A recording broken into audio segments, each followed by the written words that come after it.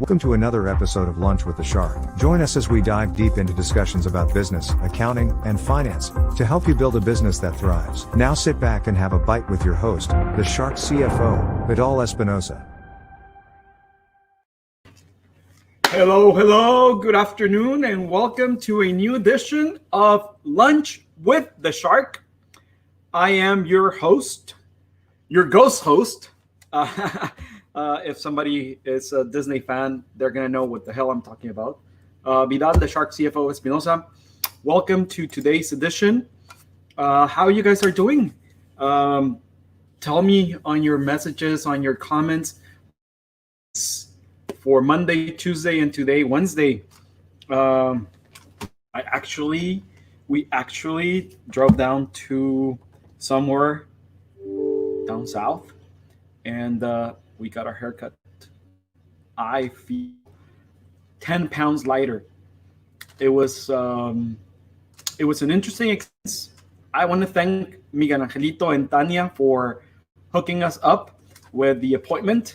And thank you so much, because this is great. Hey, Captain Crunch decided to join us in the back. He's in the background right now. He's actually taking a nap prior to his starting work at 4:30. Isn't that right, Captain Crunch? What's up, Captain Crunch? Say hi to everybody. There you are, buddy. What's up, dude? He's just like chilling there and not trying to be disturbed from midday, relax period. Well, let's dive right into today's topic. We spoke yesterday succession, having a succession plan, having something in writing if you want to have your business to move on, continue after you're gone. We spoke about internal controls on Monday. And today, mind you, I am now expert in these topics, okay? I just know the basics. I have plans. I know what to do. I know how to do them. But remember, we have in Invictus Advisors, we have an expert that actually specializes. That's only his field inside the firm about corporate governance, internal control, succession, and things like this. Okay, so give us a call, send us an email, let us know if we can help you with anything about this. Remember, it's not important, but it's necessary. It's not something that you might have in your budget, but it's better to have it than not have it. It's like an insurance. That's all I can tell you. It's like an insurance. It's just there, but when you have something happens to you, a medical emergency, a car wreck, hopefully not, knock on wood, it's better to have it than not have it. So today's topic, it's going to be in the tune of the same type of conversations that we've been having over the week. When you think about very, very large companies like Apple, Amazon, IBM, Target, Walmart, Costco, they all have many moving parts with lots of systems that can go wrong. In every single company, large, small, medium, micro, nano companies, there's a lot of systems, there's a lot of moving pieces, and something can and will go wrong in one point of time. These companies, large companies, have people responsible for that, making sure that the rules and systems are followed. They have the resources. They have the capacity. You must find those resources. You must find those tools. You must find that capacity to have those rules and systems, and follow compliance. Ooh. Compliance team ensures that employees, management, and others follow all laws, regulations, standards, and ethical practices that apply to your organization and industry. I'm going to give you an example. And mind you, it's not my intention, nor I say things about my clients, our clients, to batch them, to shame them, to make them feel uncomfortable. Nothing like that. Those are learning experiences that either it has cost tons of money to our clients because of the lack of proactivity in their part, or it's for you to learn from those oversights. I'm not going to call them mistakes. I'm going to call them oversights. We as advisors, we oversee certain areas of their businesses, mainly financial statements, mainly assessing certain risks, and we go as far as the client permits it. We sometimes try to be proactive, and without them asking, we would do a small, and I'm going to talk about there very fast about this, the example that I was going to tell you. We perform a small audit and review of a client's website. And we found out that based on our experience and knowledge, they were not following cookie compliances. Their website was not ADA compliant. Their terms and conditions for the website were not proper. The disclaimers were not accurate or were obsolete. And we actually addressed that point with the client. And mind you, we are not trying to find additional revenue sources, additional revenue streams. That could be amazing. But we did it as a courtesy, and we sent an email to this client and said, hey, you know what? We went on your website because we wanted it to see how you were doing when it came to this compliance. And we found out that A, you had no cookie advisory information. B, C, D, blah, blah, blah. We even went to the extent of going and researching which was the best application out there for ADA compliance for websites that were in their industry. And that website provided it a audit to see how ADA compliant they were. We actually opted it in. We got the audit on behalf of the client, and we submitted it to them. And we said, hey, we have no affiliation. We don't get any money from them. We highly recommend, based on our research, they are very trustworthy in this company, blah, blah, blah, blah, blah. And now our client has hired this company, but we don't even know. We have no interest on it. And they hire the company to make their website ADA compliant. We are now working with an attorney to come up with terms of services on the website, just for the website, disclosures, cookie, blah, blah, blah, blah, blah. We are not charging. We should. We are not, because that's added value. We identify a risk. We identify an area where our client was not compliant, and before they got either a penalty, they got addressed by a client, a lawsuit, whatever it is, we were proactive. We provided them that information, and we said, hey, this is what you need to do. We are making them compliant. It's not costing them more than $150 and a $50 a month application that it's making their website compliant. Mind you, we try to look everything with a big lens so we can actually measure the risk that they are in, and it's up to you, the client. It's up to you, the people the people that are watching us, to make the determination.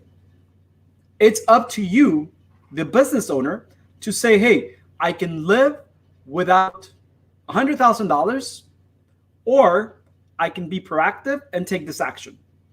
That's what compliance is all about. That's simple.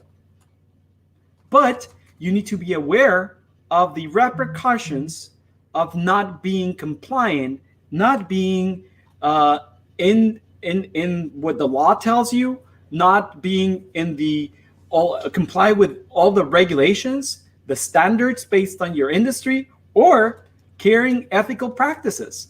In the US, we must comply with FCC regulations if we promise, or if we are trying to sell a product that says, hey, you can make up to $20,000 in one day if you follow this procedure. We need to be compliant, we need to inform the audience that this and this and that. But the lack of knowledge or not knowing those laws does not preclude you from penalties that certain government agencies will impose on you, on your company. Corporate compliance covers both internal policies and procedures as well as external federal and state laws. Federal, state laws. And in this case, the case that I just told you, the example I just told you about the ADA compliance, the terms and regulations, the disclosures on the website, it covers international law. You have to be aware of them. You don't need to know them. Remember, we've said this, we've spoken about this, we've told you about it. You don't need to know it. I even came up with a phrase like, fuck the numbers. You don't need to know your numbers. You don't need to know the whole numbers. You need to know important numbers. Fuck the numbers. You don't care how I make those numbers. You don't care how I prepare your financials. That's not for you to know. Really, that is not for you to know. So whomever is telling you numbers are numbers, you need to know your numbers, you need to know your numbers, you need to know your numbers, they're crazy. They need to know your numbers. I need to know your numbers. You need to know the important numbers. Now, if I am not relaying to you those important numbers, then I'm fucking up. That's part of compliance as well. So you see how important compliance is? You knew that compliance was important. So enforcing compliance helps your company prevent and detect violations of rules, which protects your organization from fines and lawsuits. Corporate compliance should be an essential part of your business operations, regardless of the industry and the size of your company. Let me tell you one thing. Any government agency, it's going to care less whether you are a $1 revenue company or you are a 100 million, billion, trillion dollars company. They don't care. You fucked up. You violated that regulation and you fucked up. Period. Plain and simple. Obviously, they're going to try to make an example out of the big company because they are going to have more exposure in regards to that violation than to a $1 revenue company. Does that make sense? Nevertheless, both of you committed the same violation. It's not a big or it's not a small. It's a violation. Period. Okay? It's not like I sort of kill him versus I killed him. Whether the person died or not, if they died, it's not like, oh, I sort of killed them, but I killed them. No. If they died, it's murder. Period. Does that make sense? So that's the way these violations occur. Well, I sort of wanted it, but I didn't. So therefore, let me tell you one thing. Your reasoning in this type of situations It's just plain white or black. There's no gray areas when you fuck up with compliance. Really, there's no gray areas when it comes to fucking up in compliances. The law is black and white, that our reasoning tries to make it gray. That's because it benefits us or it goes against us. So in every single instance, that's how we're going to see it. Nevertheless, we have to see it either black or white. 1 + 1, it always comes out to be 2. Really. Nevertheless, if you want to see that 1 + 1 can be 1.2, it can be 3.9, that is your reasoning. But 1 + 1, it's always 2. Regardless. Trust me. So, what does this mean to your business, to my business? Compliance, it means to protect your business and personal finances from fines, penalties, lawsuits, loss of reputation, and more. You need to have compliance as part of your business. Let me tell you a couple of things about that. So we found the definition of compliance. Whether you are a small business or large business, you need to follow law and regulations enforced by federal, state, international government agencies. Corporate compliance, it's an ongoing process in the business. Essentially, one that have incorporated. If you are a corporation, if you are an LLC, if you are a partnership, if you are a trust, you need to make sure that you are following the rules and regulations that federal, state, and international agencies tell you. Okay? It's very, very important. So, here are 5 reasons why you need to create a team of advisors or even internal people to review your work, to review your internal compliance, to review your external compliance in your business. So the first one is protecting your business. Okay? So you're a corporation, you are an LLC, and you're a smarty ass. You're a smarty pants. Okay? I am not going to pay an attorney or an advisor to create my corporation or my LLC because it's very simple. Good for you. Yeah, good for you. But let me tell you one thing. Creating a corporation and making sure that your corporation is compliant from the get-go, it's 2 different things.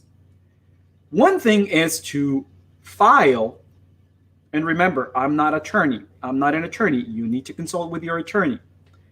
One thing is to file or present your birth certificate for that entity, corporation or LLC. And another thing is to have all your corporate documents in order and tailored for your business. I can download them from Google. Yep, you can download them from Google. Good for you. Let's say that in a couple of days, you're going to sign a lease agreement for your office. And all of a sudden, let's suppose that all of a sudden, in a couple of months, there's a pandemic. And you are going to see how you want to get out of that lease. And you go to court. And the landlord, trying to defend his contract, his agreement, says, hey, let me see your corporate documents, your bylaws, your agreements. Let me see that you were in the capacity of an officer to sign on behalf of the company. of the LLC, of the corporation. And you go to Google, you download your bylaws or your operating agreement, and guess what? It doesn't say that you were capable of signing that. Or you did not mention yourself to be in the capacity of signing those agreements. What are you going to do? Just tell me. They're not compliant. Or you just download them and sign them the day that you need to present them. They were after the fact. Oh, no. But I created the company before I signed the agreement. Well, but your corporate documents were after the fact. They were done afterwards. They're not valid. If you understand what I'm saying, the purpose of compliance program, it's to protect your business. It is as simple as that. It's to protect your business. You think you're smart and you know it all, but instead of protecting your business, you are unprotecting your personal assets. Oh, fuck that. Let me just incorporate and let me commingle funds between my personal account and my business account, and you all of a sudden get into a car accident, and your insurance company says, "I'm not going to pay you," and the person that you hit sues you, and then they see a light at the end of the tunnel, and they say, "You have a business. Let me look into it," and the attorney says, do you know what? Do you mind showing me your bank accounts from your business? And the court grants it. And they see that your business, that it's doing amazingly well, because you have no income. It doesn't show in your financials and your personal financials, but your business is doing amazingly well. And the company said, the court says, well, show them your banking information from your company. And guess what? You've utilized your personal account, your business account, for personal expenses. Now, even though you had a corporation or an LLC, they can take it away.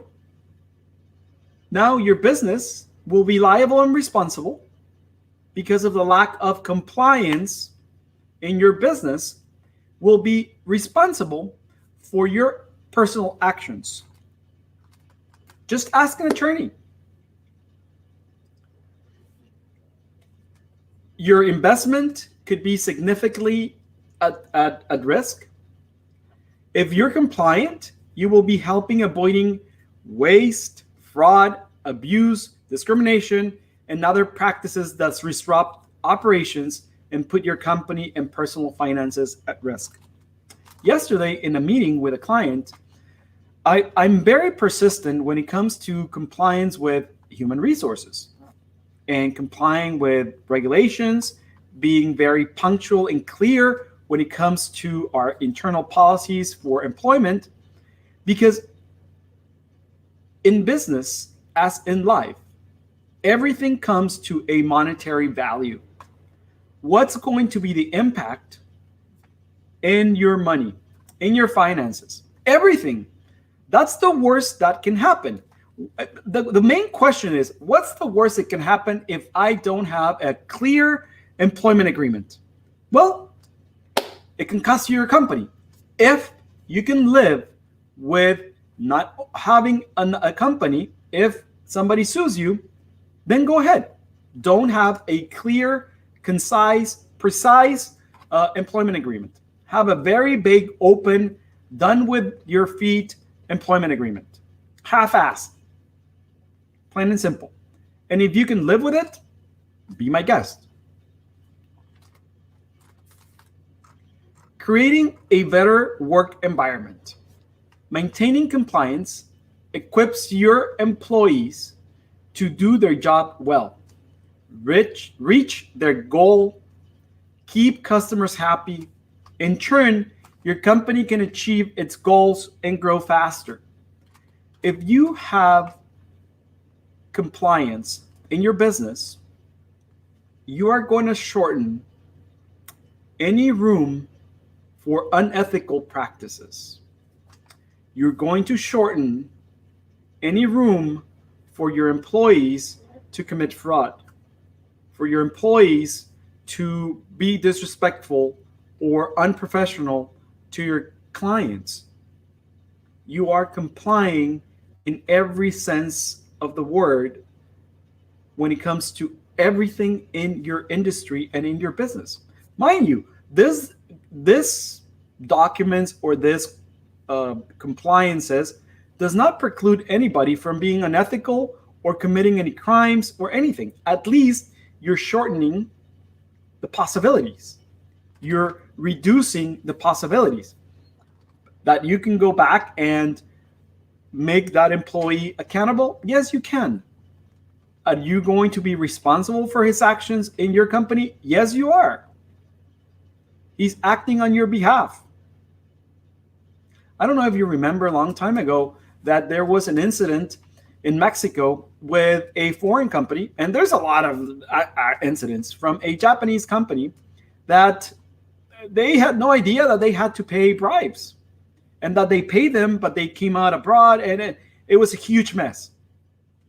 It wasn't the corporate headquarters that allow it.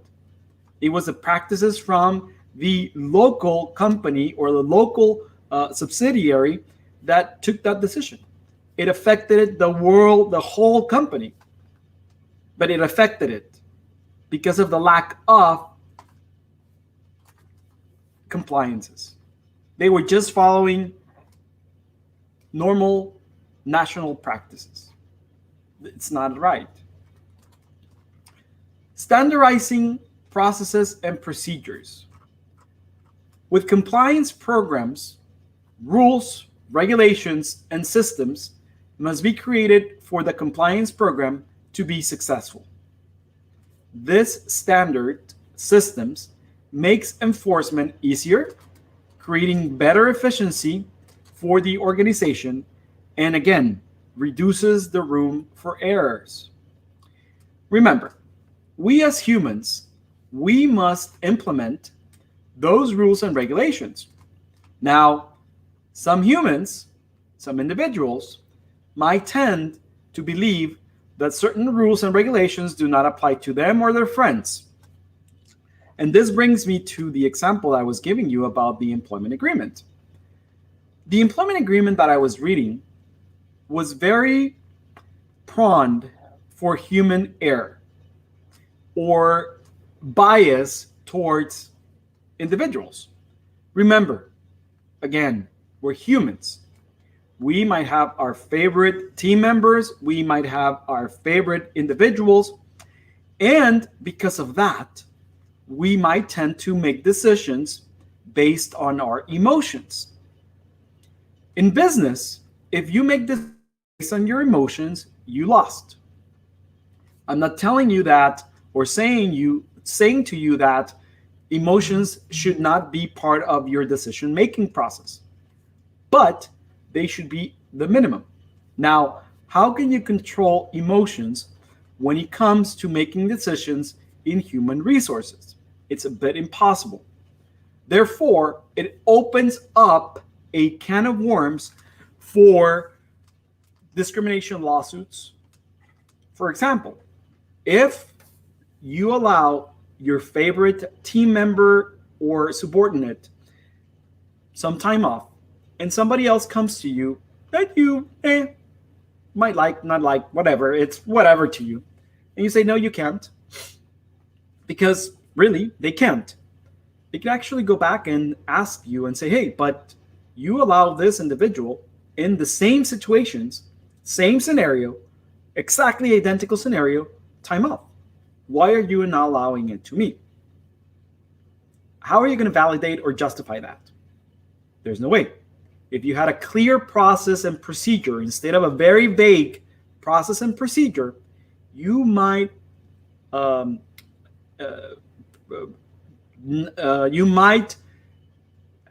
the possibility of not having a lawsuit. You might have the possibility of avoiding a discrimination lawsuit. But if you have a very lax, unclear process and procedures, you cannot come after the fact with a new process and procedure that will close the gap there. No. Now you have in your hands a possible discrimination lawsuit. Can you live with $100,000 less, $200,000 less from your assets in your company because of this oversight? Even it might not be an oversight. It might be a true, really accurate decision on your part because you believe that. But lax processes and procedures, not standardized procedures or processes and procedures that are not clear and that are being made up, different rules and regulations internally as every occasion occurs, it opens a huge can of worms. It's better to have clear processes and procedures that everybody knows so they can make their work easier and better. They can decide whether they want to or not to continue in the company because of those procedures or processes. It was very clear 3 months ago in one of our company's clients that we actually squeeze and tighten those procedures. Half of the team quit. They did not like them.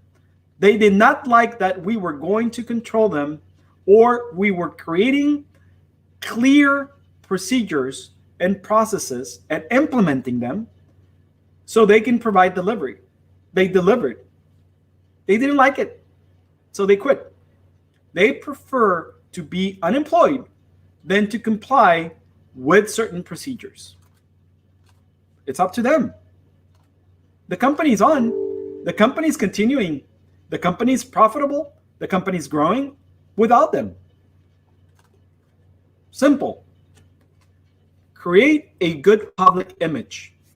By having a compliance team, it shows to potential customers that you care about the quality inside your business.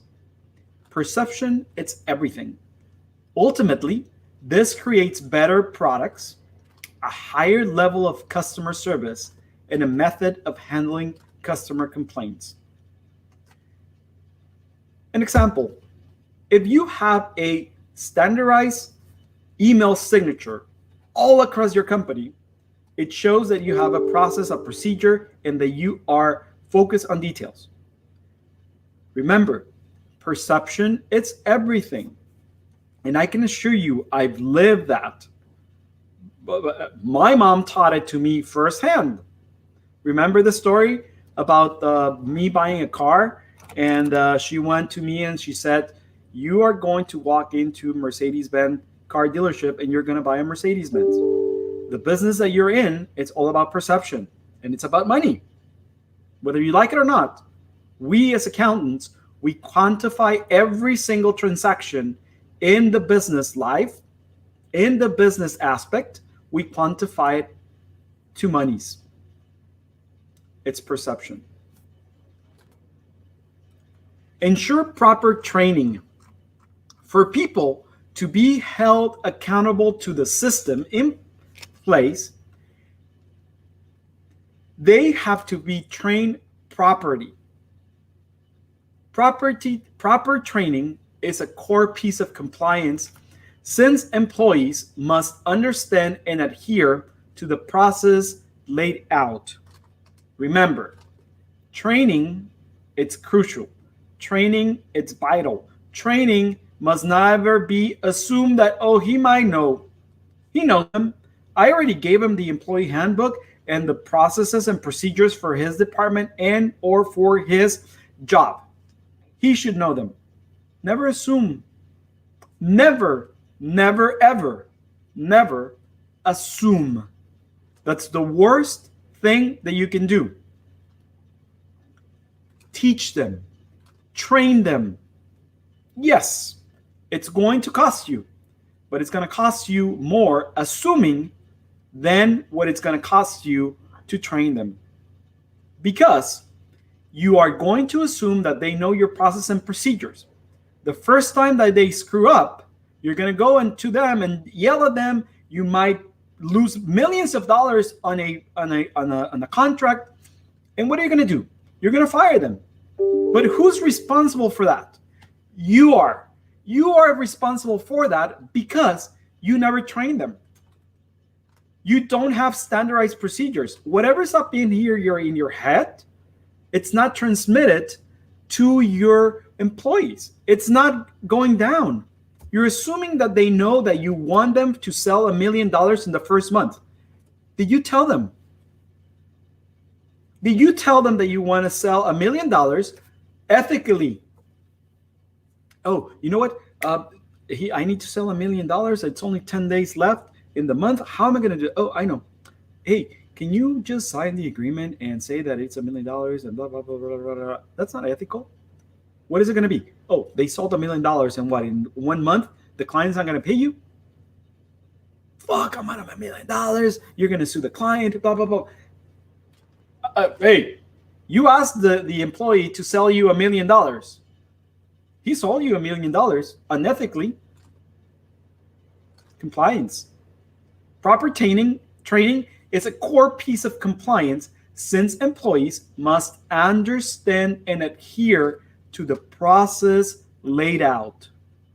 Clarity. Clarity, it's the key word here.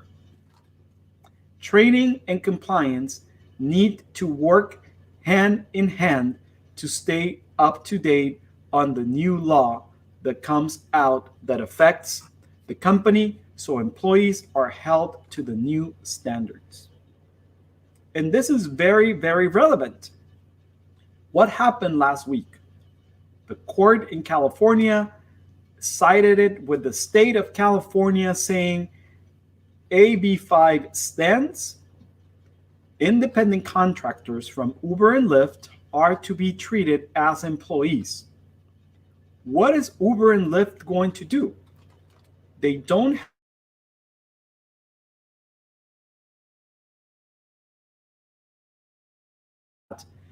They have to comply with a new regulation and the enforcement of the AB5. They don't have enough time to implement it. So what they're thinking is they're going to go out of California. Is that going to be good for California? No, it's not.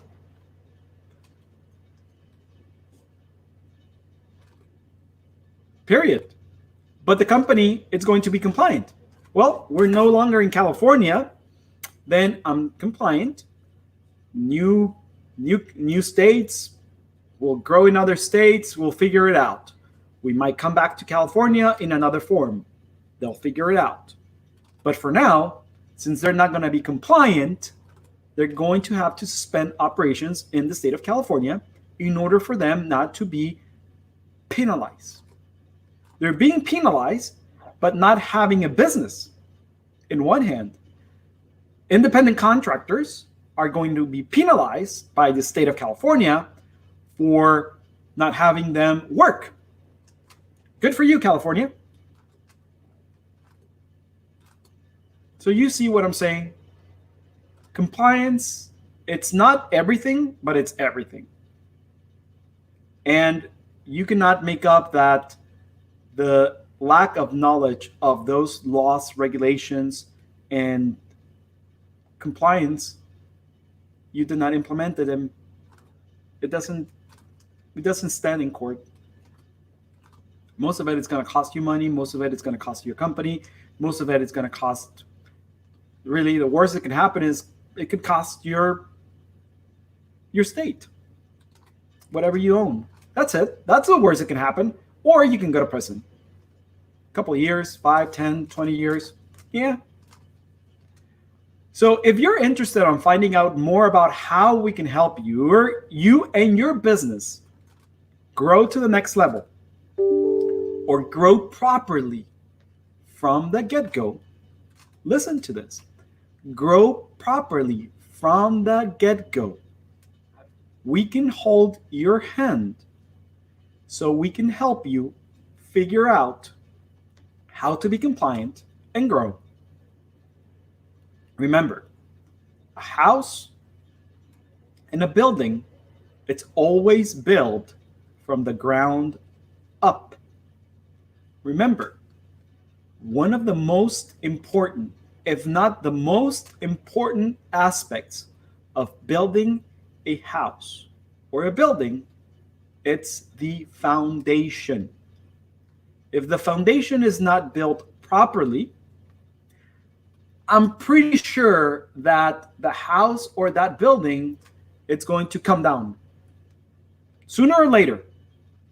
Some people are very lucky and it takes them a long time for that building or house to fall, but it's going to fall down. Give us a call, send us an email, send us a video, send us a message in our social media, Invictus Advisors, USA or Mexico, invictus-advisors.com/shark. It's going down here. And let's jump into a conference call, talk about your problems, talk about your issues, talk about your concerns.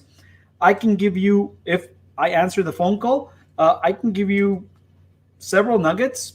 I'm not going to be able to help you and solve every single problem in this 15-30-minute consultation, but at least I'll do my best to give you some sense of hope, because there's always a hope. There's always a hope when it comes to the business fixing, okay, on how we can work with it. And remember also that we are still in the Young Sharks.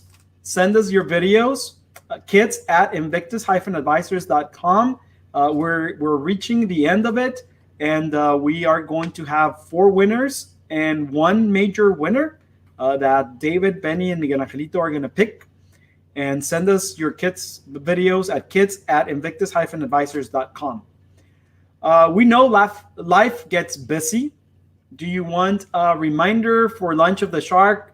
Make sure you subscribe to our YouTube or click the notification icon on Facebook to get notified when we go live. Don't miss any of our episodes. They're full of information. They're full of also nonsense. I don't think it's nonsense, but at least I say it. I think people are growing with this. At least I am growing more. And I listen to myself, and sometimes I say, fuck, I'm saying this and we're not doing this. What's up with that? And I can tell you, my team, it's not going to let me lie.